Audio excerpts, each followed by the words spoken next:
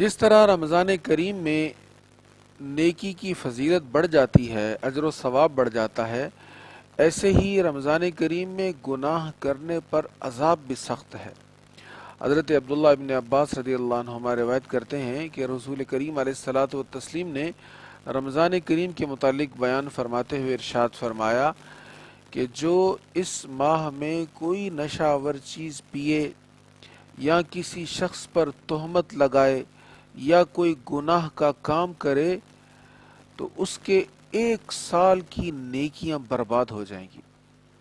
1 سال کی نیکیاں اللہ تعالیٰ اس کی ضائع کر دے گا کہ اس نے رمضان کریم کی بے ادبی کی ہے۔ حضرت ام ہانی رضی اللہ عنہا روایت کرتی ہیں کہ رسول کریم علیہ الصلاۃ والتسلیم نے فرمایا، میری امت اس وقت تک ذلیل و رسوا نہ ہوگی جب تک رمضان کا حق ادا کرتی رہے گی۔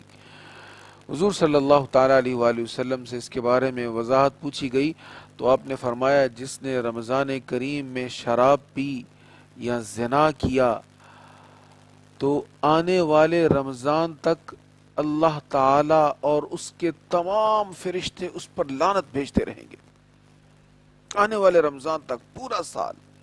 خود رب العالمین اور تمام ملائکہ سب فرشتے اس پر لعنت بھیجتے رہیں گے جس نے رمضان کریم میں زنا کیا یا شراب پی۔ اور پھر حضور علیہ الصلوۃ والسلام نے فرمایا، اگر آنے والے رمضان سے پہلے وہ مر گیا، پورا سال جس میں اس پر لعنت برس رہی تھی اسی دوران وہ مر گیا اور اگلا رمضان اسے نصیب نہ ہوا، تو اب اللہ کی بارگاہ میں عذاب سے بچنے کے لیے اس کے پاس کوئی نیکی نہ ہوگی، کوئی نیکی نہ ہوگی جس نیکی کو پیش کر کے وہ رب العالمین سے عذاب سے بچ سکے۔ پھر حضور علیہ السلام نے فرمایا، لہٰذا تم اس رمضان کریم کے بارے میں، اس ماہ کے بارے میں اللہ سے ڈرتے رہو۔ جس طرح اس ماہ میں نیکیاں بڑھ جاتی ہیں ایسے ہی گناہوں کا بھی معاملہ ہے۔ آج